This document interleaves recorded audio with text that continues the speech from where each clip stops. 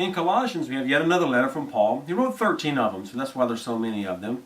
And in this particular letter, we believe it was written around 60 AD, in which he was in prison, probably in Rome, though we're not 100% sure where he was located at this time. The key themes in Colossians include that Christ is the Lord of creation and of the new creation, the sufficiency of Christ for salvation and sanctification, and then what it means to live as new creations in Christ. If he's focusing on this theme of the new creation, how do we live that way? The outline of the book of Colossians is that it begins with these greetings, this salutation, and then talks about orthodoxy. What does it mean to be a true Christian? This idea of sufficiency of Christ explained in chapters 1 and 2.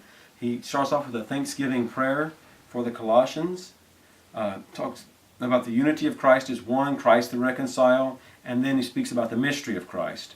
And then he has issues of heterodoxy, which is the sufficiency of Christ denied. And there are those that are coming against it. And he's basically coming back saying, no, he restates the sufficiency of Christ that he had talked about earlier. And then he talks about the Colossians practices as a denial of the sufficiency of Christ, and the Colossians practices as a contradiction of their corporate life in Christ.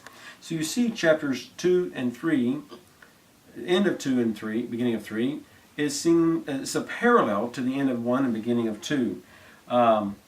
He has a statement against heretics and a restatement of Christ's sufficiency in that first part. And then it talks about what death means with Christ. Means death to human regulations, and resurrection with Christ means a new perspective. Then he talks about orthopraxy, and that basically means right living. It's not just knowing right, but living right. Orthodoxy is right thinking, orthopraxy is right living. He talks about the sufficiency of Christ experienced. He talks about experienced individually as us as Christians, how we have a sufficiency of Christ in our own lives. Negatively, we put off the old man. Positively, we put on the new man. And so we're changed, just like Christ would have, coming in our life would have us to be.